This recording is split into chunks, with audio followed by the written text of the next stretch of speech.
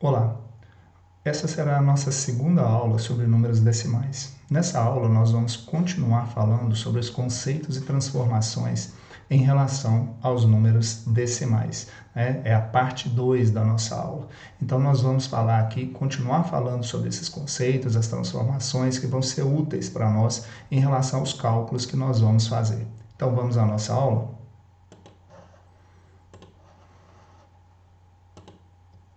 Números decimais, conceitos e transformações, parte 2. Então, continuando a parte conceitual, nós vamos conceituar aqui o que são números fracionários, né? Então, os números fracionários vão ser aqueles números decimais que estão escritos na forma de fração. Então, nós temos aqui a fração 1/2. Ela é representada, ela é equivalente ao número decimal 0,5. Por quê? Podemos pensar aqui em relação a dinheiro mesmo. R$1 dividido em duas partes. Quando eu divido R$1 em duas partes, eu encontro o quê? 50 centavos, que é 0,5. Né? Aí você pode dizer assim, professor, mas está faltando um zero aqui. Nós vamos falar sobre esse zero depois. Né? Mas é 0,5 ou 0,50, que é a mesma forma de representar. 1/3, 1/3, ele é uma fração equivalente a esse número decimal periódico aqui, essa dízima periódica que nós vamos conceituar nessa aula. A gente percebe que isso não vai ser exato, ele não é exato. Por quê? Se eu pegar R$1 para dividir entre 3 pessoas, eu consigo dar 33 centavos para cada um, e ainda sobra 1 centavo. E é exatamente 1 centavo que continua sendo dividido e que vai gerar esse decimal infinito, né, que a gente tem aqui, essa dízima periódica. 1/4, R$1 para 4 pessoas. Se eu pegar R$1 e dividir entre 4 pessoas, cada um vai receber quanto? 25 centavos. Então, números fracionários representados em forma decimal. Então, esses números fracionários, né, que representam esses números decimais, vão ser esse conceito que a gente tem aqui, de número fracionário. E aí, finalmente, chegamos à conceituação mesmo, né, do que seriam as dízimas periódicas. Então, nós temos dízimas periódicas e decimais infinitos. Então, o que vão ser? Nós vamos classificar os dois, nós vamos separar os dois, né? Então, alguns decimais infinitos, né, quando a gente encontra essa quantidade infinita de casas decimais, existe uma parte deles que é chamada de dízima periódica. Então, o que é a dízima periódica? É quando acontece uma repetição de números após a vírgula. E eles apresentam o que nós chamamos de período. Então, o número que se repete, ele vai chamar período. E tem aquela parte que não se repete. Então, quando essa parte, quando o número que não possui um período, que não tem uma repetição na parte decimal, a gente chama de decimal infinito ou dízima não periódica. Então, olha só, o que seria isso? Eu tenho aqui um inteiro e mais todos esses números aqui após a vírgula. A característica de um decimal infinito é exatamente o aparecimento das reticências. E a gente vê o seguinte, olha, os números que estão se repetindo, que estão aparecendo aqui, eles não têm nenhuma relação entre eles, eles não são iguais. Então, esse número decimal aqui, ele é apenas um decimal infinito, ou o que a gente chama de uma dízima não periódica. Olha só um outro exemplo, 10,28133174. Os números que aparecem após a vírgula também não se repetem e não tem nenhuma relação entre eles. Então, ele é simplesmente uma dízima não periódica. Agora, vamos observar esses exemplos que nós temos aqui. Olha só, diferente dos números anteriores, aqui tem uma repetição. Cada algarismo deste aqui é chamado de período. Então, o 3 se repete infinitamente, tem a reticência aqui. Então, isso aqui é uma dízima periódica. E esse algarismo 3, ele é chamado de período. Então, esses números eles vão representar períodos após a vírgula. E eles vão se repetir infinitamente. Então, vão ser chamados de dízimas periódicas. Observa aqui nós temos uma dízima periódica também. Só que essa dízima periódica, mais adiante a gente vai fazer uma outra classificação para ela. O que a gente percebe de diferença entre a primeira?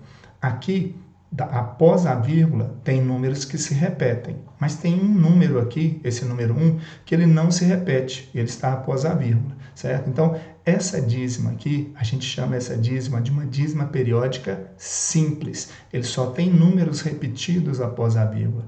Essa aqui também é uma dízima periódica, mas a gente chama de dízima periódica composta. Ela tem uma parte que não se repete e tem uma parte que se repete, mas as duas são dízimas periódicas. E aí a gente chega na representação dos números que a gente tem aqui. Olha só, todos os números, né, podem ser representados dessas três formas, principalmente que a gente vai ter os números racionais, que é um conceito que a gente vai estudar um pouco mais adiante. Então aqui a gente vai ver as três representações que os números podem ter. Então, olha, eu posso representar um número em forma decimal, esse mesmo número eu posso representá-lo em forma de fração e eu posso representá-lo em forma de porcentagem. Então vamos ver aqui, olha só, 1%.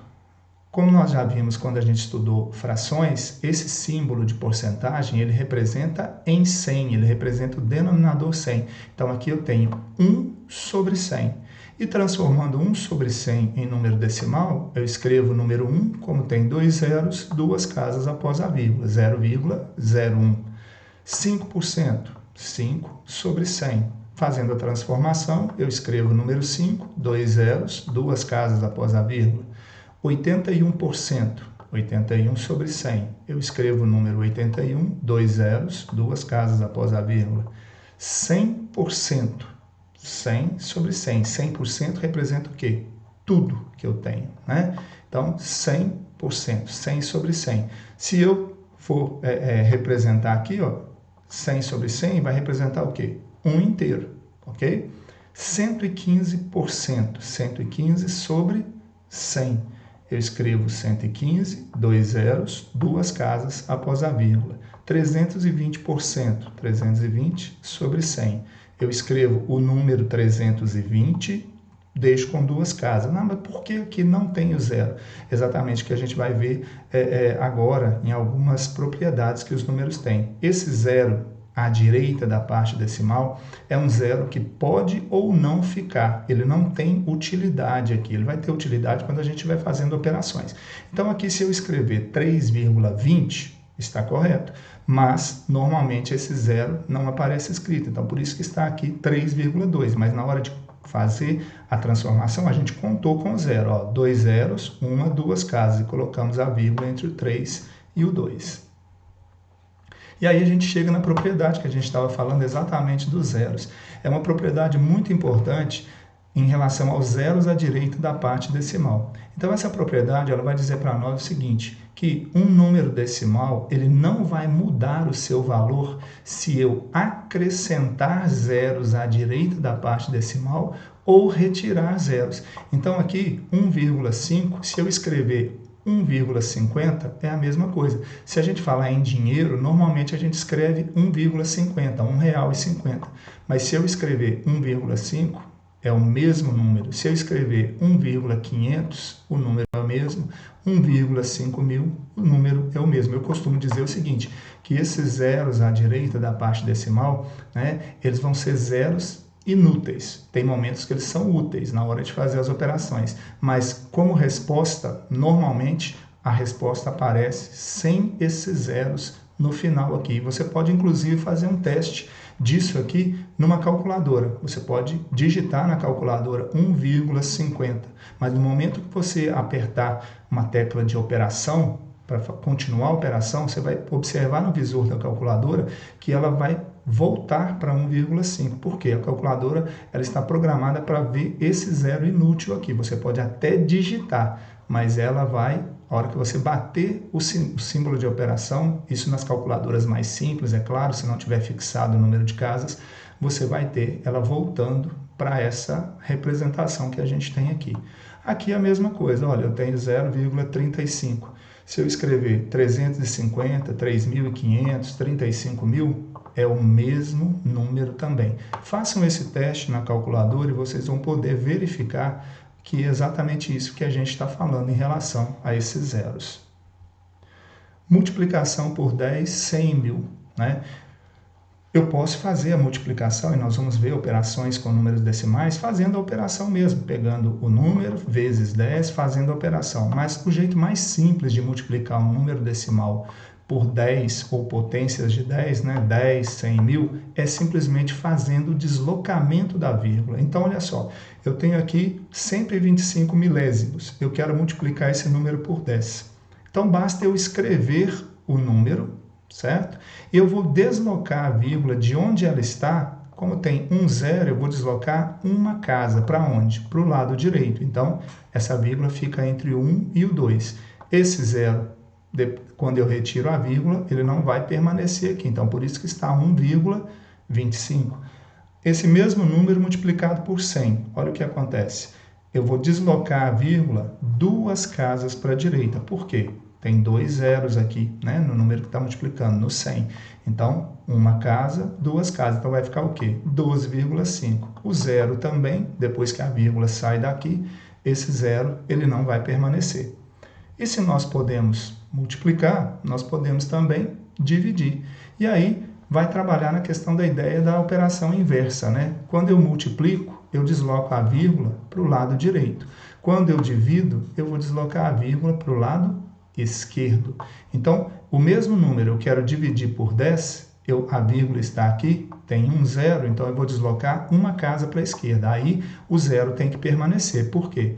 Eu estou aqui com a vírgula entre o 0 e o 1. Eu preciso deslocar para cá, a vírgula vai ficar aqui. Mas essa vírgula não pode ficar aqui solta, então eu tenho que acrescentar mais um zero para segurar. Então, eu tenho 0,125. Aqui eu tenho 0,0125. Então, era 125 milésimos e agora é 125 décimos de milésimos. Olha, décimo, centésimo, milésimo, décimo de milésimo. Aqui os 632 dividido por 100. Aqui uma situação importante para a gente estar sempre atento a ela.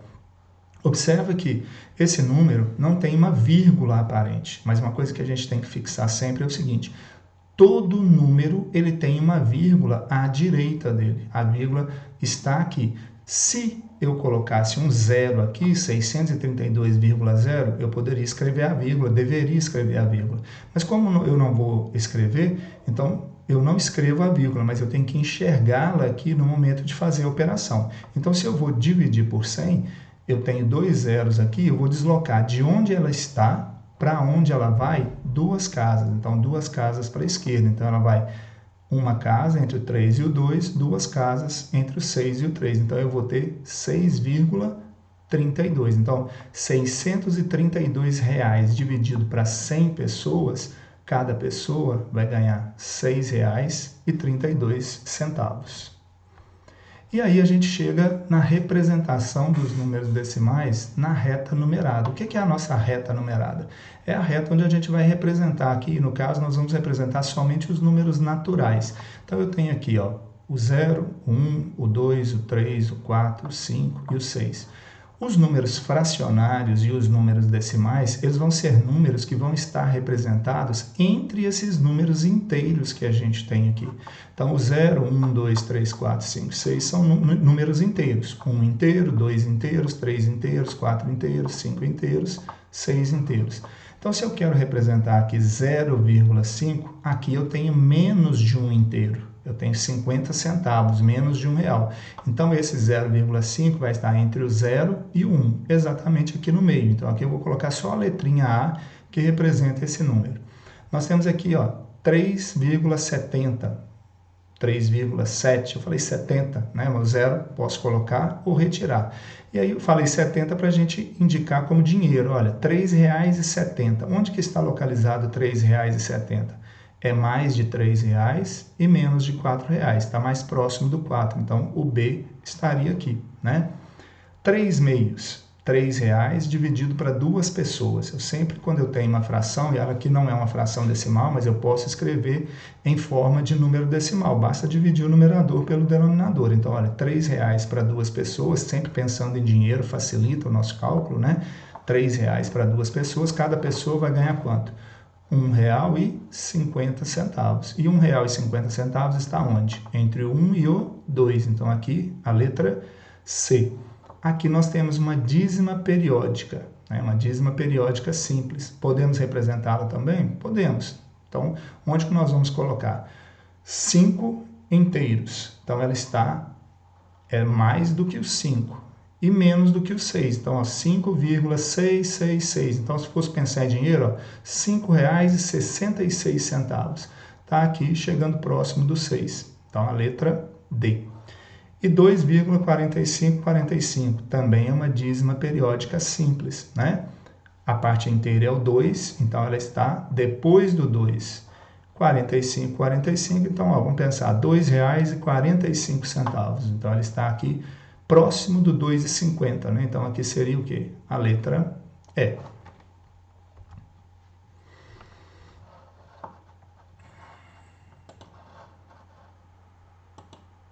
Bem, chegamos ao final dessa aula também. Espero que tenha ficado tudo claro para vocês. Nós vamos fazer atividades envolvendo essas transformações, esses conceitos, essas ideias que a gente passou, tanto na parte 1 quanto na parte 2. Façam essas atividades, mandem as suas dúvidas, eu vou ter um prazer em responder as dúvidas de vocês, como sempre, né? Fiquem com Deus, um forte abraço e nós vamos continuar as nossas aulas sobre os números decimais. Não deixem de assistir.